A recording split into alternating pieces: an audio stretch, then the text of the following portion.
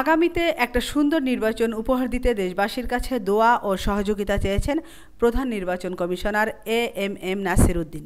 তিনি বলেন, সবার প্রতি নির্দেশ একটা যাতে সুন্দর নির্বাচন হয়, ভোটকেন্দ্রে বাধা প্রদান, মানুষ মারার ঘটনাগুলো আর চলবে না। এ সমস্ত অপরাধ কর্মকাণ্ড কোনো ক্রমেই হতে দেওয়া হবে না। দুপুরে সিইসির ব্যক্তিগত সফরে কক্সবাজারের কুতুবদিয়ায় নিজ গ্রামে পিতামাতার নামে প্রতিষ্ঠিত master Talebullah model school and college এবং হাফেজ জালাল উদ্দিন আদর্শ হাফেজিয়া মাদ্রাসা ও এতিমখানার বার্ষিক ক্রিয়া ও পুরস্কার বিতরণ অনুষ্ঠানে প্রধান অতিথির বক্তব্যে তিনি এসব কথা বলেন। সিইসি বলেন, সুষ্ঠু ও নিরপেক্ষ নির্বাচন উপহার দিতে দেশবাসীকে নিয়ে আন্দোলন সৃষ্টি করা হবে। এই আন্দোলন শুধু ভোট দেওয়ার অধিকার নয়, ভোটাধিকার প্রতিষ্ঠার আন্দোলন। আপনার জমিটা যেভাবে পাহারা দেন, নিজের ভোটটিও একইভাবে পাহারা দেবেন। প্রয়োজনে কেন্দ্র পাহারা দিতে হবে, যাতে সুন্দর নির্বাচন হয় এবং ঈদের আনন্দের মতো ভোট উৎসব করতে পারি। আমিনা ইসলাম, নিউজ ডেস্ক, আজকের সংবাদ।